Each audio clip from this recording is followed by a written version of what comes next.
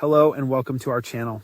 Here we tell the stories of people who have had near-death experiences and other spiritual experiences. Today we will learn about Nathan McDonald, who says that he died and saw the future, which showed an attack on an important and famous person. Make sure to leave a comment with your name and city for good luck. With that said, let's listen to Nathan's story. My name is Nathan McDonald. Some of you might find what I'm about to say hard to believe. I don't want to be called crazy, so I'm not going to say who I am. But this experience was so powerful that I need to share it. I came very close to dying, which changed the way I see the world and the future. I have always been a sensible person, as far back as I can remember. I've never really thought about ghost or spiritual tales. My family put a lot of value on logic and reason when I was growing up. My mom taught science and my dad was an engineer. Religion and other things that science couldn't explain weren't talked about very often in our house. What I'm about to say is something I never thought would happen to me. It was early spring and everything seemed fine. The sky was clear and the sun was shining, making it look like a lovely day. The streets of Springfield were quiet as I drove my silver car through them. Springfield is a small, friendly town where everyone seems to know each other. What seemed normal as I walked to my job as a financial analyst was going on as planned. I felt safe to keep driving because the light was green. I turned on the radio and listened to great rock from the 1980s to get ready for the day. Out of nowhere, a black SUV passed the red light on my right very quickly. The crash had to happen. I remember the loud noise of metal breaking and glass breaking, and how my body was being jolted around wildly inside the car. Because the crash was so bad, my car spun around a few times before it finally stopped. My head and arms hurt really badly, but my mind was strangely calm. Then something strange happened. I thought I was floating outside of my body. From above, I could see the whole scene. It felt like I was watching a movie. I saw that my bloody, still body was stuck in the wrecked car. As paramedics ran to the scene, people nearby were screaming for help and getting scared. One of the rescuers was yelling, "Come on, quick! We need to get him out of here," they yelled as they pulled me out of the crash. People looked hopeless. A guy in a brown jacket was calling for an ambulance like crazy, and a woman with a small child was crying and pointing at my car. Even though there was a lot going on, I felt strangely calm and interested in what would happen next. I was fully awake, but I didn't feel connected to my body at all. I wasn't scared even though I could see my bloody, still body in the wrecked car. What I felt instead was a deep sense of calm. My mind was slowly pulled through a tunnel of bright light while my body lay still. It felt smooth and soothing, like someone was guiding you without you being there. There was no sound. There was a deep silence that seemed to surround everything. When I came out, it felt like I had stepped into a scene from old Greece or Rome. There were white marble buildings and a strange sense of peace. Fresh air and a pleasant smell filled the room, and the sunshine seemed magical. I was in a large square with statues of mythical people and grand columns all around it. The colors were so bright and clear, and the whole place felt peaceful and right. People around me were wearing clothes that looked like togas and tunics from long ago. They moved slowly and calmly, as if they were always at ease. Then, 3 figures with a calm and strong energy showed up in front of me. A soft light covered their faces, making them look almost see-through. I was filled with awe when I was with them. One of these people came up to me. "Do you want to see what happens next?" was the question that kept going through my mind, even though no words were spoken. I nodded because I was so interested. The figures lead me across the square to a white, empty room. It didn't have any furniture. There was only a soft light coming from the walls. Even though there was no sound at all, the peaceful feeling stayed. The scene changed quickly and I found myself at my own funeral. My family and friends were there, sad about my death. It broke my heart to see that. I tried to scream that I was okay, but I couldn't say anything. It was hard for my best friend Mark not to cry as he said, "He was a good man and a loyal friend. We'll miss you." While holding our son Jake's hand, my wife Emily stood next to the coffin. They looked like they were in a lot of pain and sadness. The sadness in their eyes was too much to bear.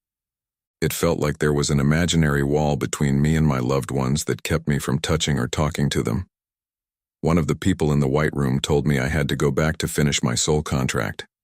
Even though they didn't explain everything about the soul contract, they told me it was important and that I was supposed to keep it. "You have a job to do, Nathan," one of the figures said. I can still hear their voice clearly. "You still need to help people and do things." It was important for me to know more about what was going on, but before I could ask, I felt like someone was pulling me back. The tube of light showed up again, and this time I was being pulled back to the real world. In my heart, I knew that things would never be the same after I went through it. I had an amazing and breathtaking vision of the future that took my breath away. I was surrounded by a bright light that warmed me and gave me a deep sense of togetherness and peace that I had never felt before. This light took me to a high place where I could see the whole world very clearly, more clearly than my eyes could see. There was a golden glow around the earth that pulsed and shone, making it look like the whole world was breathing at the same time. It seemed like every living thing was in tune with the same peaceful frequency. I felt a deep wave of peace and togetherness among people, which was very different from the fights and arguments I was used to seeing every day. I saw disagreements go away and people from different countries and cultures work together and understand each other better. The look of cities had changed a great deal. With lush greenery covering buildings, cities looked like something out of a dream. The gardens turned the cities into vertical gardens that cleaned the air and gave animals a place to live. There were lots of happy, smiling people walking around in the streets. There were quiet, environmentally friendly cars instead, and a lot of people decided to walk or ride bikes. I saw a world assembly going on in the middle square of a big city.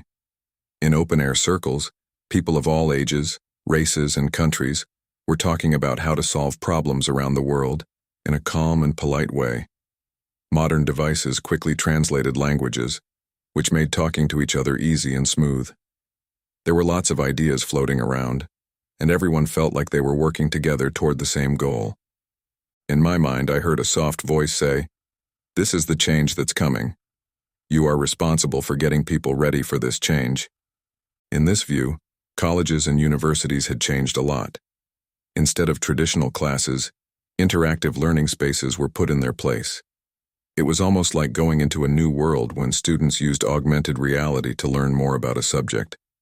Teachers were more like guides, helping students find their own ways in the world.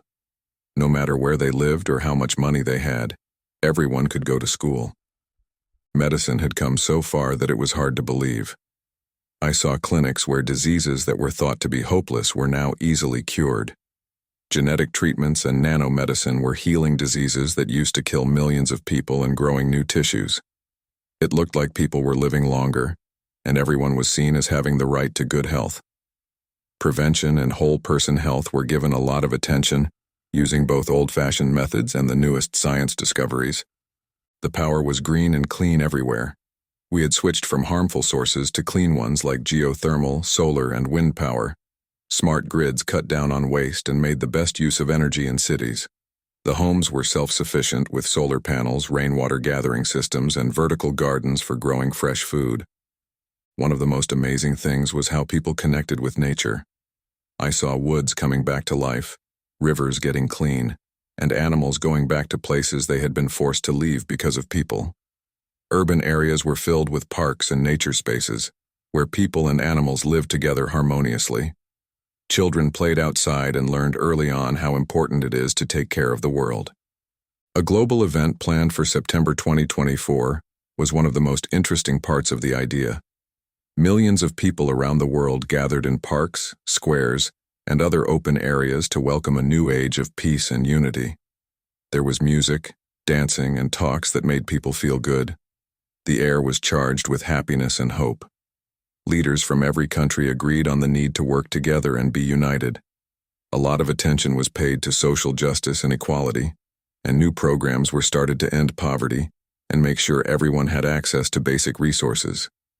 People could connect with each other and share information more easily thanks to new technology, which always kept ethics and the common good in mind. The soft voice said, "This is the change that's coming. You are responsible for getting people ready for this change." What I saw gave me hope and drive. I knew I had to do something to help people get to this bright future. Even though I could no longer see, I could still feel the tube pulling me back. When the bright light went away, I could feel my body again. I felt lost and confused when I woke up in a hospital room. The bright fluorescent lights above me were blinding, and the steady beeping of monitors was too much after the quiet I'd just been in. I tried to move, but my body felt sore and weak. Everything I saw and felt seemed like a dream, but I could remember it all very clearly. The sharp smell of antiseptic filled the room as I lay in a hospital bed. The white blankets were cold against my skin. I saw that I was in a private room with big windows that let in lots of light. A relaxing blue color was used to paint the walls, likely to help the patients feel better. There was a bowl of fresh flowers on a small table next to my bed. They were a small comfort in the middle of everything. When the nurse came in, she saw that I was awake and smiled. "Hey, Mr. McDonald. Welcome back." Her words were soft. "You're safe now. You were in a terrible accident, but you're safe now." I tried to answer, but the words wouldn't come out because my throat was too dry. The nurse saw that I was having trouble and kindly gave me a glass of water and helped me take a sip. It felt great when the cool water ran down my throat. "You're at Springfield Central Hospital," the nurse said in a calm voice. "You haven't been awake for a few days, but the doctors are optimistic that you will get better." My mind was full of questions and fears as she talked. The picture of the future and the near-death experience came back to him as clearly as if they had happened just now. It made sense to me, but I didn't know how it would change my life. Soon after, my wife Emily came in. Her eyes were red and swollen from crying, but she felt so much better when she saw that I was awake. She ran over to me and grabbed my hand tightly. "Nathan, you're back," she said, and her voice was shaking with joy. "We were really scared. We believed we would lose you," I whispered Emily, with tears running down my face. There were amazing things I saw. She gave me a soft hug, trying not to hurt me more. "I'm glad you could join us. That's important. We'll make it through this together." Slowly but surely, I got better over the next few days. The hospital had everything it needed, and the nurses were very helpful. They checked my vital signs often and gave me painkillers. A lot of flowers, cards, and nice words came from friends and family who visited. Mark, my best friend, came over often to try to cheer me up with stories and jokes. He told her one time, "Man, you really scared us. But I'm glad to see you getting better." Even though talking to Mark and the other guests helped me forget about what happened, my mind kept going back to it. When I finally had enough energy, I told Emily and Mark what happened and tried to make sense of it all. They were sitting nearby when I told them. I was in a place that felt like ancient Greece. There were these figures. They took me to my own funeral and told me I had to come back to complete a soul contract. Emily looked at me with interest and worry at the same time. "Nathan, what do you think this means?" I shook my head and said, "I don't know." But the picture of the future seemed so real. They told me I had a part to play in making the world a better, more united place. Mark rubbed his chin and said, "Maybe you've been given a mission, something you need to do to help make this change." These talks not only helped me understand what had happened, but they also made me feel more rushed. Something had to be done, but I wasn't sure what it was yet. As my body continued to heal, my mind was always going, trying to figure out what my soul contract meant and how I could play a part in the future I saw. The doctors were pleased with how well I got better. One of my doctors, Dr. Harris, told me, "Mr. McDonald, Nathan, you were so lucky. The damage was bad, but you're getting better faster than we thought." As part of my physical rehab, I worked hard to get my strength and mobility back. Every small step forward made me remember that I was still living and had a second chance. The physical pain got better over time, but I could not stop looking for solutions. Most of the trouble happened at night. In the stillness and darkness, memories of what happened to me would flood back. I would remember the tube of light, the figures, and what they said. I felt like I had to take responsibility for what had happened and knew I couldn't run away from it. In the end, I went back home. Emily and our son Jake did everything they could to help me feel safe and at ease. It looked a little different at home, which used to be a safe and comforting place. Every turn made them remember a time before the accident, before they saw the future. "Daddy, welcome back," Jake said as he hugged me tight. His eyes were bright with happiness and relief. I told him, "I'm back, champ," trying to hide the pain I was still in my body. I also have a lot to say. The days went by and I tried to get back to my normal routine, but I could feel that something was off in the world around me. I felt like I was living in a different form of reality because of small, seemingly unimportant details that stood out. This feeling of being strange and disconnected made me more and more antsy. I saw it for the first time while Emily and I were watching a talk show. It caught my attention that an ad for a new movie had a character in it who I thought had died years before.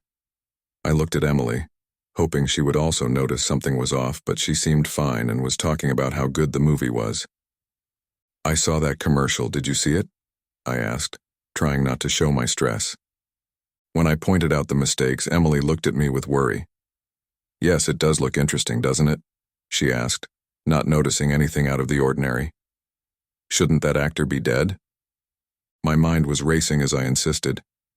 "I'm sure he died a long time ago." Emily made a worried face. "Nathan, are you all right? He or she has been living for a long time. It looks like you have him mixed up with someone else." I became more and more restless. More attention was paid to other things. I saw that some brands and items at the grocery store didn't exist or had new names. Everything, books I'd read and songs I'd heard, felt a little off. The biggest surprise was learning that Mr. T, a famous person I thought had died in 1994, was still alive and well and appearing in new TV shows. I was sitting on the couch and watching a recent interview with him. I couldn't believe what I was seeing. "Emily, did you know that Mr. T is still alive?" I asked, trying to figure out what it all meant. "Of course he always has been," she replied, truly confused. "What makes you so shocked?" These differences were upsetting, and they made me constantly wonder what reality is like. I read articles, watched videos, and took part in online talks for hours on end about theories of other worlds and parallel universes. I was shocked again when I learned about big changes in political events. As I watched a documentary about American presidents, I noticed that the timing wasn't quite right. It turned out that President Carter had only served one term instead of the two I thought he had. Reagan had finished his full term, but I thought he had quit because of Alzheimer's. In my time, President Clinton was removed from office in 1999, and Al Gore took over until 2001. In my first timeline, Nelson Mandela died in jail in 1987. In this timeline, he was president of South Africa. These differences were like puzzle pieces that did not fit together. After my near-death experience, I started to wonder if I had actually been taken to a different world. It was too much to handle to feel like I didn't belong in this world that wasn't really mine. I talked to Mark more often and for longer periods of time. There were not many people I could talk to about my worries without feeling like I was going crazy. During one of these talks, which took place in my home office, which was full of books and papers, I tried to explain how I felt. "Mark, do you ever feel like something is really wrong but you can't quite put your finger on it?" I asked because I wanted to be sure. He really looked at me. "Nathan, it's normal for you to feel like you don't belong after everything you've been through. But the changes you talk about are very clear. What it sounds like is more than just pain." "Exactly. It's like I'm living in a different version of my own life because everything feels the same and different at the same time," I said. Mark gave a serious nod. "Maybe what you've been through has actually led to something better. You might have moved to a parallel world or at least gotten some insight into one. The changes you're seeing could be part of a bigger move." The words he spoke brought me some comfort. They didn't answer the mystery, but they made me feel less alone in my experience. I kept looking into this new world, trying to figure out what was different and how I could play the part I thought I had been given. Hannah's assistant saved the day. She was knowledgeable about the kinds of events that could be seen as strange or even unexplainable because she studied paranormal phenomena. When I met her for the first time, Her genuine interest and logical method gave me the reassurance I needed so badly. We spent hours going through old records, news stories, and even daily details to make a map of the differences between the two realities. Hannah carefully compared different sets of data to look for patterns or answers that could help me understand what happened to me. "Nathan, these differences are not random," Hannah told us as we were analyzing something. Her face showed that she was both happy and worried. "It looks like you must have been taken to a different version of our reality. Now the question is why?" What she said hit home for me. If I had been transported to a different world, it became very important for me to know why. The question of why was very important to me. What did I have to do with this new world? What did they expect from me? I had to find answers no matter what. The search for meaning took up all of my days. I spoke with Hannah regularly, exploring every possibility and theory that might explain my position. A lot of what I read was about reality, soul contracts, and parallel worlds. The more I thought about these things, the more I began to doubt what my original world was like. Where were the people I loved and the life I had left behind? Were you aware of my lack? It seemed like nothing had changed in the lives of my friends and family.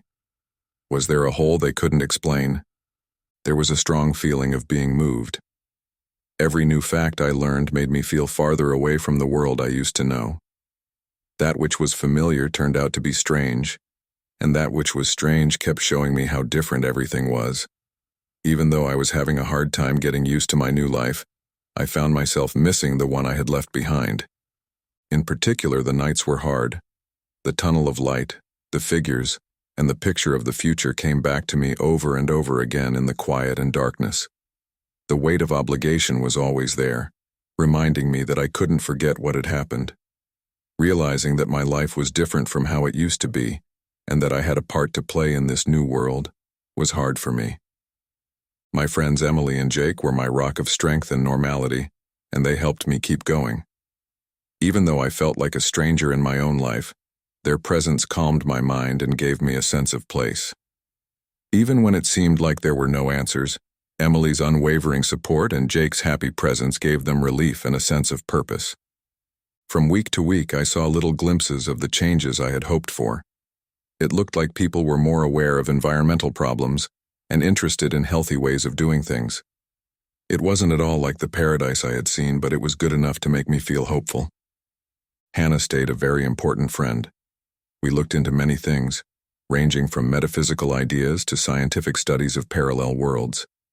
As much as it was about finding a way to achieve the purpose I thought had been given to me, the journey was also about understanding. By doing this, I started to make sense of the difference between what I was seeing and what I was feeling. Though I didn't know what to do next, my desire to find answers and make a difference pushed me forward. Every step was a small win that brought me closer to finding out how I could make the world I had seen better and play the part I was meant to play. Emily's point of view gave me a sense of stability in the rough sea of my uncertainties. She made me feel better by saying that what I was going through might be a form of rebirth, but I was still struggling with how big the soul contract and my mission seemed. It was too much for me to handle how rushed and responsible I felt, and I needed to find my way. Emily's words of support to keep looking for my meaning were a very important reminder. It made me want to find other ways to understand, and I started to deliberately look for other people who had been through similar things. I joined support groups and online discussions about near-death experiences, NDEs, in the hopes of finding patterns and links that would help me understand what was going on. The things I heard were both interesting and scary because they were so familiar. A lot of people talked about seeing tubes of light, ethereal figures, and having deep realizations about their lives and the universe. And it was through these stories that I found David, whose story touched me deeply. In particular, David's experience stood out. He said he saw the wheel of Ezekiel and was taken to a white room that looked a lot like the one I had seen. Some of the symbols and themes in his story reminded me of parts of my own life, which made me think there was a deep link between us. David was quick to react when I reached out to him, and he shared my sense of urgency and interest. Our video call opened my eyes. David's detailed accounts and interpretations of his events helped us understand them better. David said to Nathan with some thought, "Ezekiel's wheel is an old symbol that has been linked to spiritual visions and prophecies for hundreds of years. It stands for divine insight and the coming to light of bigger facts. The experience I had was like a deep insight, and I think it was meant to lead me to a certain goal." His words hit home for me. I said, "I felt the same way you did, chosen. But I'm still trying to figure out what to do with these visions and how they connect to the soul contract I heard about." David's answer was positive. Perhaps our mission isn't just to understand these experiences for ourselves, but also to share them with other people. It could be our job to help other people get ready for the changes we saw. This point of view was both freeing and scary. It made me think that the point of my experience might be to help other people or get them ready for what's to come. It wasn't enough to just figure out what the visions meant. They had to be part of a bigger movement for positive change as well. David and I kept in touch over the next few weeks, exchanging notes and talking about different ways to understand what happened. Both of us felt more and more compelled to share our stories and ideas. I started writing articles and giving talks at local support groups to talk about my trip and the visions I had seen. David did the same thing with the people he knew, and we thought that by working together, we could create a group of people who could help and understand those going through similar things. As I talked to more people and shared my story, I slowly started to feel like I had a purpose in life. The more I talked about my experiences, the more I realized they could help other people understand and get ready for the changes I had seen. Emily and Jake were always there for me on this trip. Their help was very important, and having them around kept me grounded as I learned to deal with my new life. Every contact with other people, every story I told, and every moment of clarity made me more sure that I was helping to prepare people for the change I had seen. The way forward was still unclear, but I felt more and more in line with the task I had been given. Looking into my experience, making links with people like David, and getting support from Emily and my family all seemed to be parts of a bigger picture that was being put together in front of me. Being able to talk about all of this gave me a real boost. I understood I had to share my story so that it might inspire other people to find their own purpose and path. I wrote down everything I saw and felt, from the crazy visions I had to the strange differences I saw between worlds. I felt both relieved and determined as I wrote. Each word helped me make sense of what had happened and get ready for what was to come. And Emily and Jake were there for me through it all and cheered me on even when I had doubts. Evan told me one night as we were going over my latest draft, "Nathan, you're doing something important. Your story could really help people." Because of that support, I kept talking about my experiences online and in talks with other people who had been through the same things. It made me want to keep looking at each new story I heard. The words of support from people who had also been through the unexplainable helped me remember that I wasn't alone. One of those talks talked about Ezekiel's wheel, which helped me understand some of the things that were harder for me to understand. Now that July 2024 is almost here, I feel like a big thing is about to happen. Because I want people to be ready, I'm going to tell my story. We don't fully understand how what's coming could change our world yet. As we go through these changes together, I hope to encourage and help other people. What do you think about this crazy ride? Be sure to subscribe and click the bell icon so you don't miss any changes. Share your thoughts in the comments. Let's show people that life has more to offer than meets the eye.